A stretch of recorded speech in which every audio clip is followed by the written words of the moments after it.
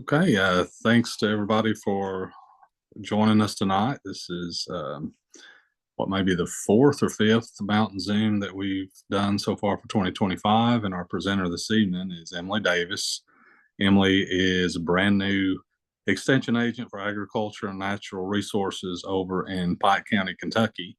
Just been there a few months, I believe, but she's got some experience working in the citizen science program in regards to Spongy Moth there with UK, and she's going to talk a little bit about citizen science and that particular invasive species. So thank you, Emily, for speaking with us this evening, and I will turn it over to you.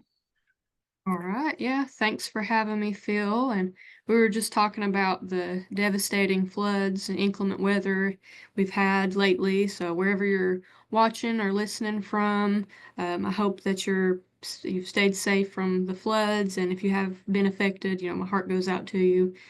But yeah, like you said, I'm Emily Davis. I'm a brand new agent, Pike County for Agriculture and Natural Resources. I have a passion and background in environmental sustainability, so I'm going to be talking a little bit about protecting our forests from this important invasive, at least what I know about the spongy moth, and give an overview why it's harmful, what it looks like, and an introduction to our citizen science program at UK, where anyone can make a positive impact in monitoring for invasive species. All right, so first of all, an invasive is something that doesn't naturally belong in the ecosystem and causes harm to the environment, biodiversity, agriculture, economy, or human health. They're able to adapt quickly to their environment and can also reproduce rapidly because they often lack natural predators in their new habitat. And it's important to note that non-native and invasive is not necessarily the same thing.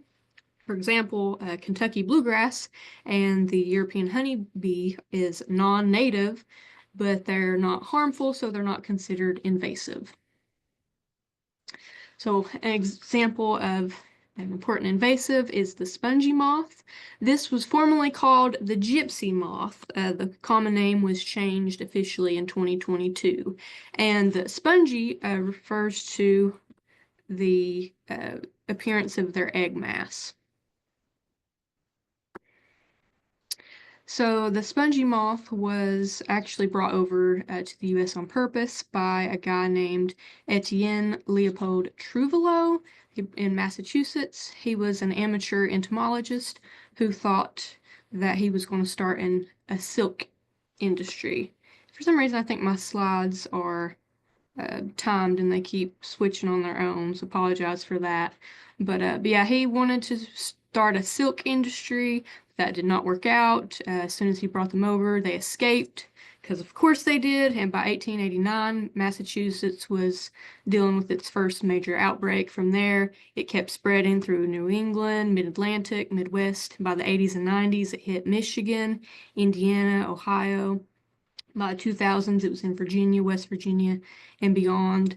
It's defoliated millions of acres of trees and caused millions in damage. And while they're not yet established in Kentucky, they're very close to our Kentucky border, and this is not something that we want in our state. So this spongy moth is one of America's most important invasive species. It's a historic pest. It's actually the species responsible for the first government-sponsored eradication program. Since 1921, the spongy moth has defoliated about 81 million acres. It's caused significant environmental and economic impact, threatening wood products, with quarantines that have been put into place to prevent the spread of this moth into other states. And if it got into Kentucky, this would greatly impact our Kentucky wood products and jobs associated with timber.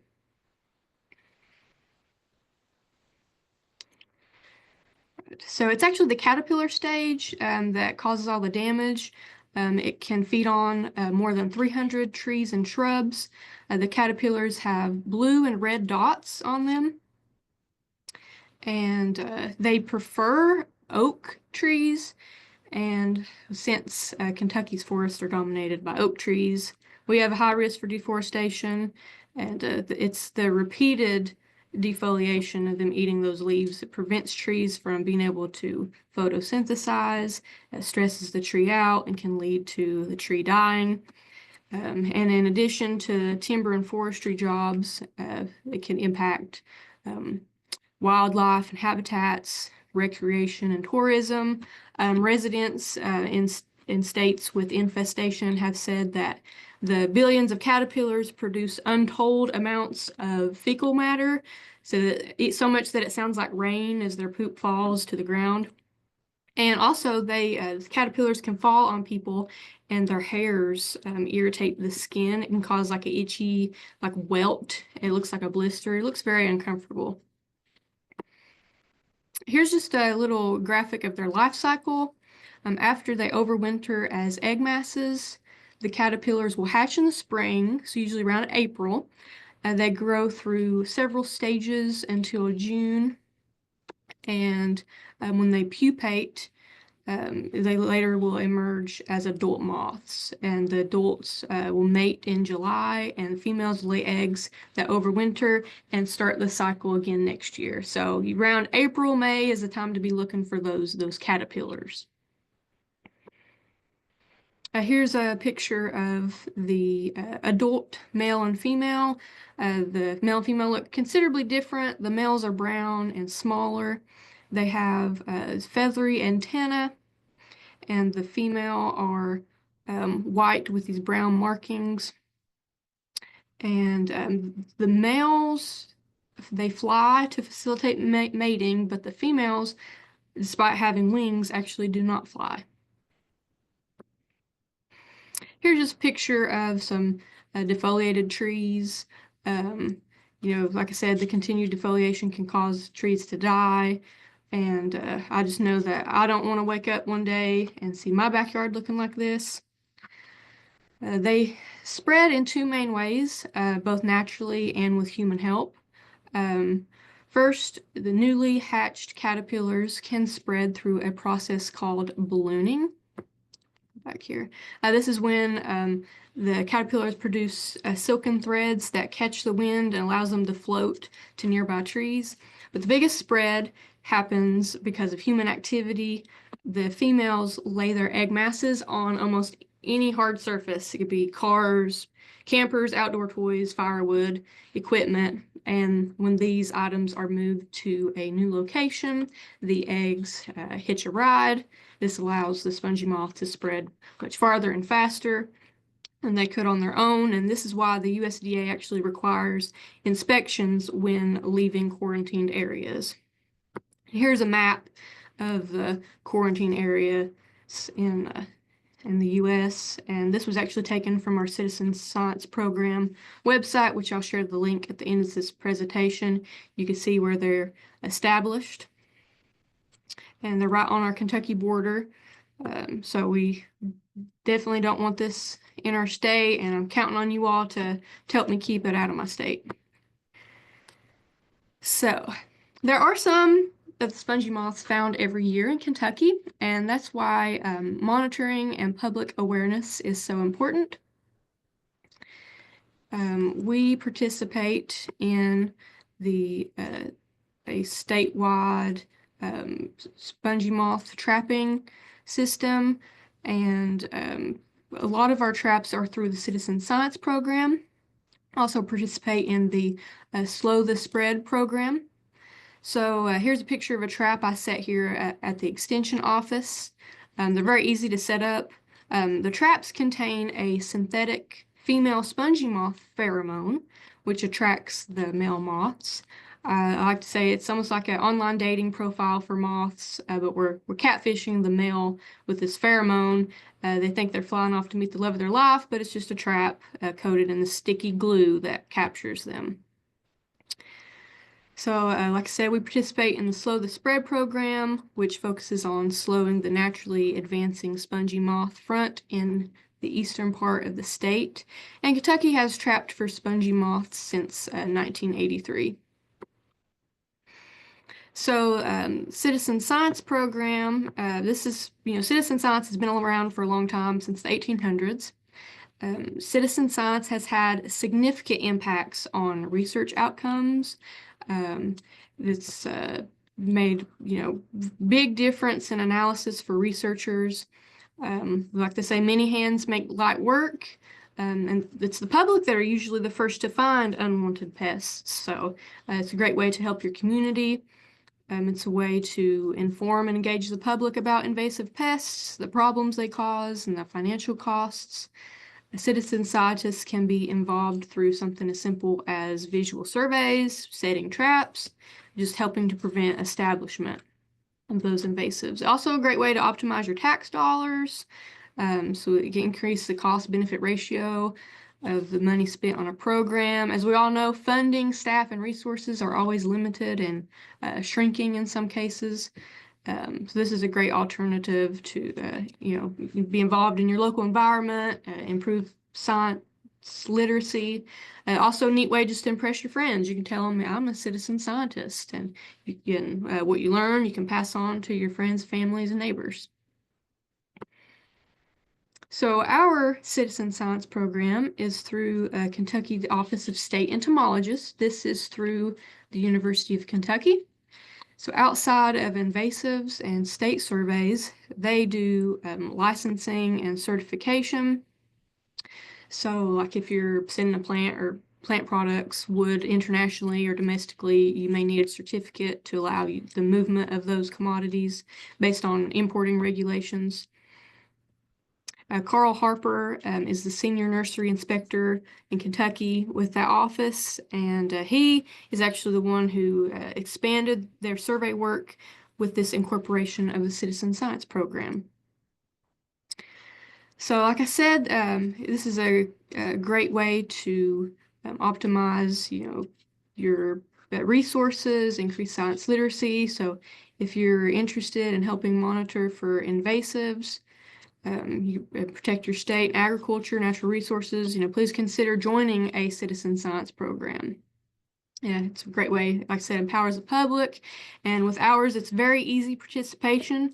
So ours is primarily through an app. You can also, if you have computer access, that's great. But I think the best way to do it is through our app. It's called Survey 123.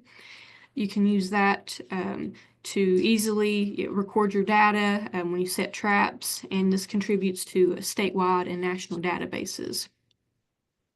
And it's very flexible. You can, like I said, depending on which survey you want to be involved in, because there's a lot more than just for the spongy moth. You can do even just a visual survey, like they have one for like Tree of Heaven. If you see Tree of Heaven, you can just go to the app, visual survey that you've seen that. Or if you want to set traps for spongy moth, you can set as many or as few traps as you like. All materials are provided. This is our landing page. This is the beginning point of the program. It's OSE for Office of State Entomologist .uky.edu. And through this website, you can apply. It's an interactive website, has frequently asked questions, answers, and video tutorials by Carl Harper at UK. It's a really great website. Very easy to apply. You'll just fill out the registration form, and you'll be sent all the information that you need, including information about the app. The app is called Survey 123. It's very simple to use. Upon registering, you will be provided all login information, everything that you need. And then when you set a trap, it's very easy to navigate. You can, go on the app, you can click set trap or trap checked. And if you think you see a spongy moth, you just take a picture of it and sit it in for positive identification. And these traps are very easy to set up. I took some home, set out, didn't catch a spongy moth, but to my surprise and somewhat to my horror, I found a bird in one of those traps, which, not to discourage anybody from participating, I found out that that's extremely rare because that pheromone, it's only supposed to attract the spongy moth. And so that was a very odd occurrence that bird must have been trying to use it as a birdhouse.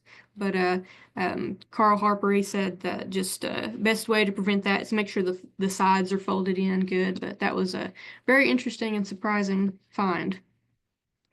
You can, once you set a trap, you can actually see on the map on our website exactly where your trap has been set. So there's continual engagement from start to end. You can see spatially where your traps have been set. This is Carl Harper's information. If, like I said, you can go to the website and apply. He's the one over the program, and I've got my contact information on here. So if you think you found an invasive species, reach out to your local extension office. We have Report a Pest at uky.edu. And then here I have various resources for depending on where you are. I know a lot of you all may not, be in Kentucky, but there are, a lot of programs and citizen science out there. Citizen science is a powerful tool. Like I said, many groups doing it, important work. Here in Pike County, I'm hoping to get all my master gardeners involved. So if you're in Virginia, and a lot of you said are Virginia master naturalist. I talked a little bit to Michelle Prisby, and she gave me some information. While spongy moth monitoring in your state might be primarily handled by your state agency, I encourage you to reach out and join a citizen science group or similar program. These efforts not only protect our forests, but also foster a deeper connection to environmental stewardship, which is something that we all share across the mountain region. So here are some resources I have. I'll put these links in the chat. I've got my contact information. I have our Office of State Entomologist and Citizen Science website. Just some fact sheets and article we have on the spongy moths through UK. Michelle Prisby gave me her information. If you are not a part of the Virginia Master Naturalist and you want to be involved, she gave me her contact information to share. And then, depending on what area you're in, you can go to scistarter.org and you can look for projects near you. That has a filter system where you can, search and find a perfect project for you. So I'm going to see if I can paste this information in the chat for you all. And let's see, make sure that you all can access these links and resources. I'm not the most savvy with technology here, but there we go. Hopefully that will come through in the chat.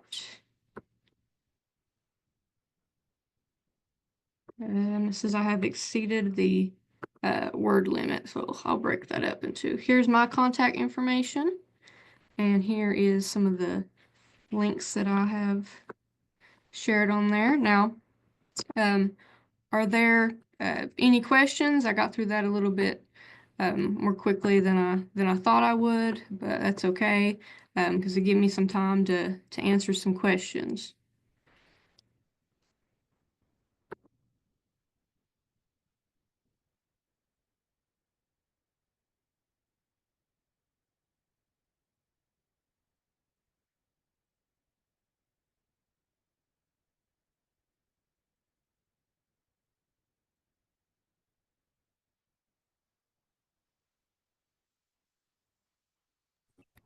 Phil, can you all see the information in the chat? Did that go through?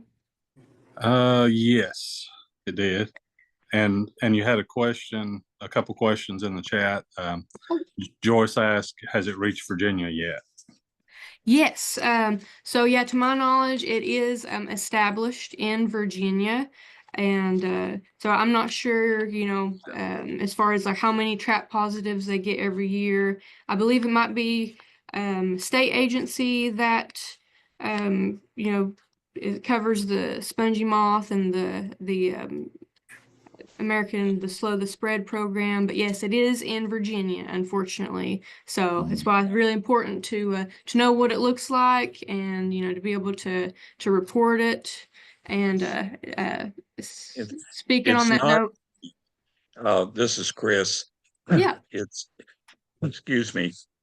They had a big outbreak just this past year in the Shenandoah area and around Harrisonburg and some other places.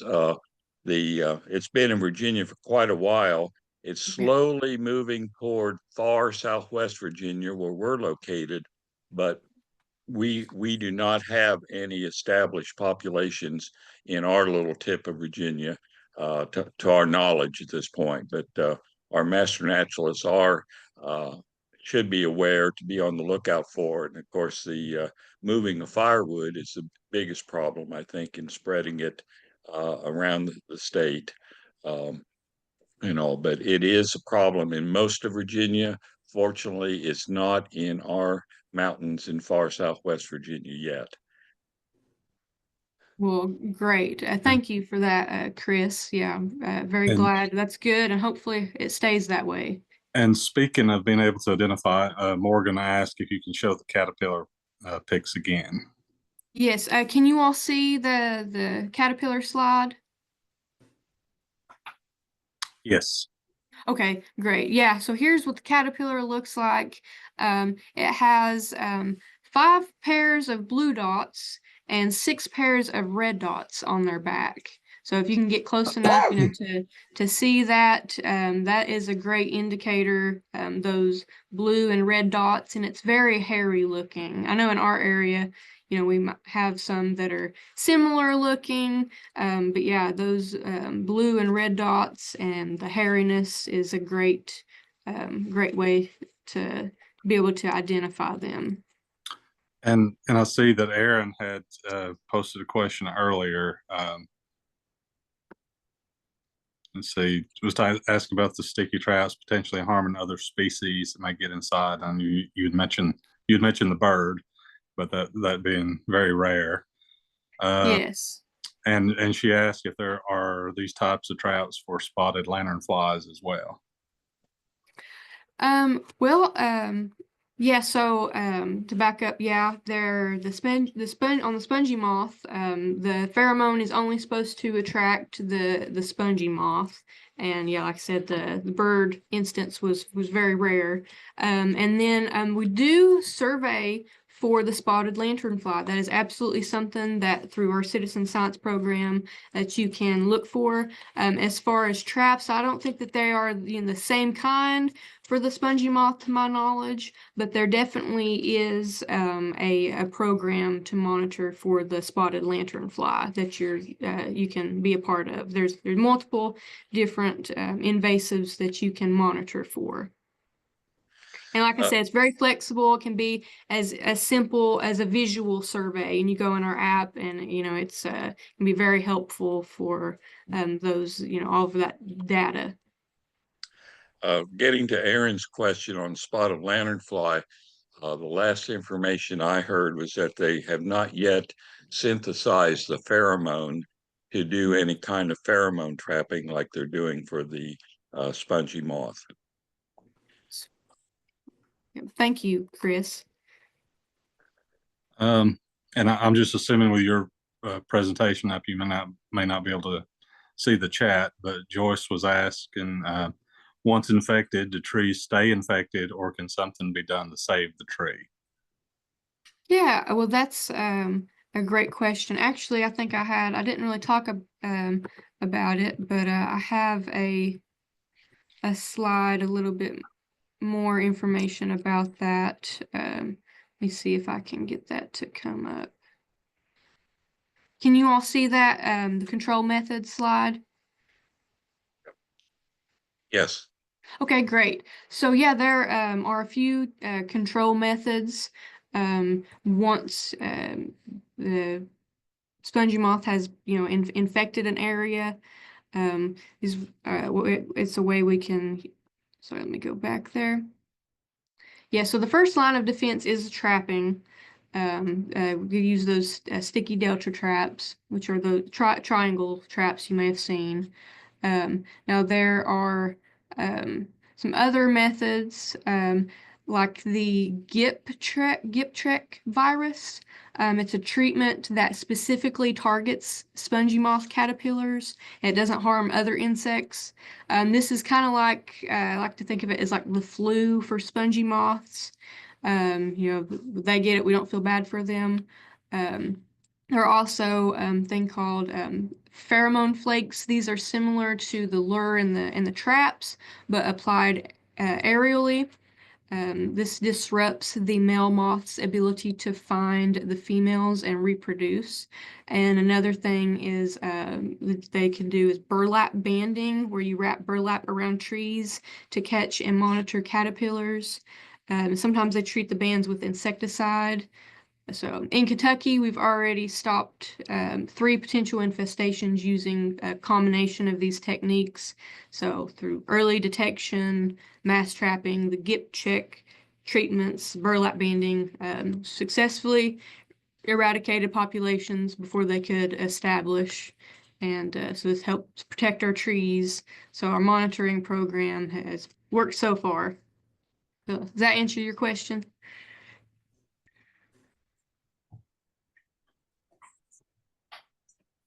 Yes, she said yes, and you may have touched on this a bit, but Aaron was asking if you find them, how should you get rid of them? I guess that kind of falls into the controls, but is there any more? Yeah, that's a great question. So I know, like for things like the spotted lanternfly, um, if they, I've been told that if you see it and you think it's a spotted lanternfly, immediately just squish it, just kill it. Now for the spongy moth, I haven't been told exactly that, but I would say probably, I mean, I always say reach out to your local extension office, take a picture of it. You know, if you see it immediately and you can get a positive identification, I would say, murder it is just my personal what I would tell somebody to do.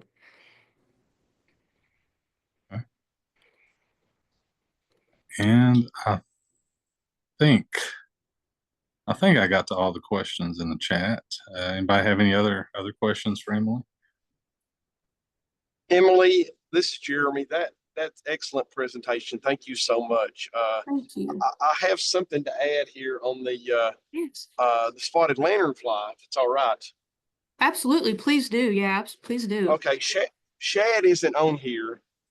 He could make it tonight, but he actually received a call from a producer in Letcher County. I guess it was last winter, and they had bought a piece of farm equipment, and it was crated up, and it came from spotted lanternfly state. I think it was Pennsylvania. But in that crate, when they opened it up, were 2 dead. I want to emphasize dead, deceased spotted lanternflies, and so it can travel. So fortunately, those 2 spotted lanternflies were dead. It was in the winter. It was cold, like it is now, and so there was no issue. But that just shows you how they can travel from state to state or area to area, kind of like Chris mentioned earlier with the spongy moth and the firewood. But I just wanted to add that right quick. Yes, thank you. Yeah, and again, whenever you're traveling, check your equipment and stuff. You see, there's a picture here of the eggs. It's like a spongy covering that the female uses to cover her eggs. So if you see anything like that, knock it off. And it's also, I always say, take pictures and send it to your local extension office for positive identification. But yeah, if anybody has anything else to add, or if they have further knowledge on the topic, or other invasives, please share those, because like I said, I'm new and I'm learning with you all.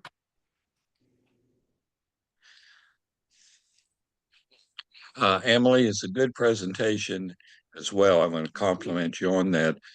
Here in Virginia, we are using a free app called EdMaps that is used to report invasive, both plants and animals and insects.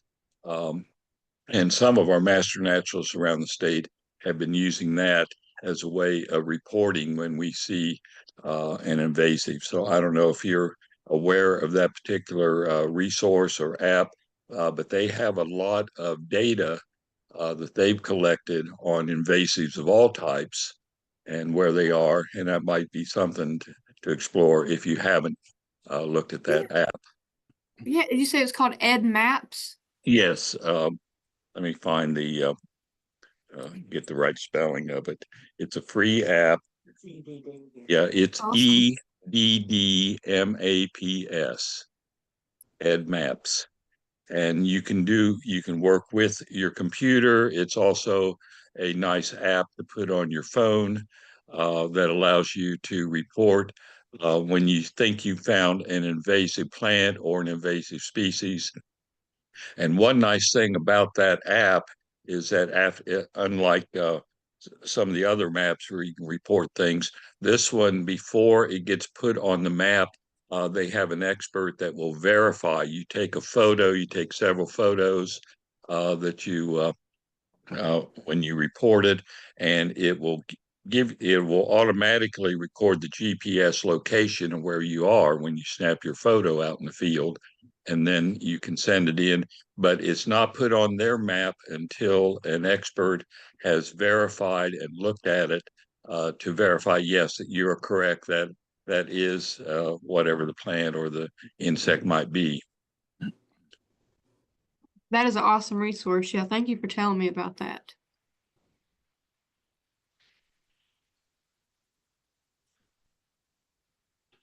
All right. I'll mention too that I will put this on our Virginia Cooperative Extension YouTube channel. Would normally do it the next day, but with the snow coming, if I don't have access to my computer, it may be later in the week. But this will be on there. So if you go to YouTube and you look for VCE Wise County, or Virginia Cooperative Extension Wise County, you'll find all the recordings. And this one should be up on there within the next couple days, by the end of the week anyway. Just in case you want to refresh your memory about the spongy moth and see some of the information that Emily has shared. So again, Emily, thank you very much for speaking with us tonight, and welcome to the world of extension. It's I think you'll enjoy it. You'll meet some good folks. Well, thank you so much, and thank you for having me, and just learning everything I can. It's something new every day. Absolutely. And for those of you who tune into these Mountain Zooms frequently, we have one coming up that was rescheduled from last week. On Thursday night at 6 o'clock, we have another Pike Billion, Byron Mead from University of Pikeville. He's going to be talking about mushroom cultivation in the mountains. So that'll be at 6 o'clock on Thursday evening. So thank you all, and thank you, Emily, and I hope everybody has a great night. Thank you so much. Thank you.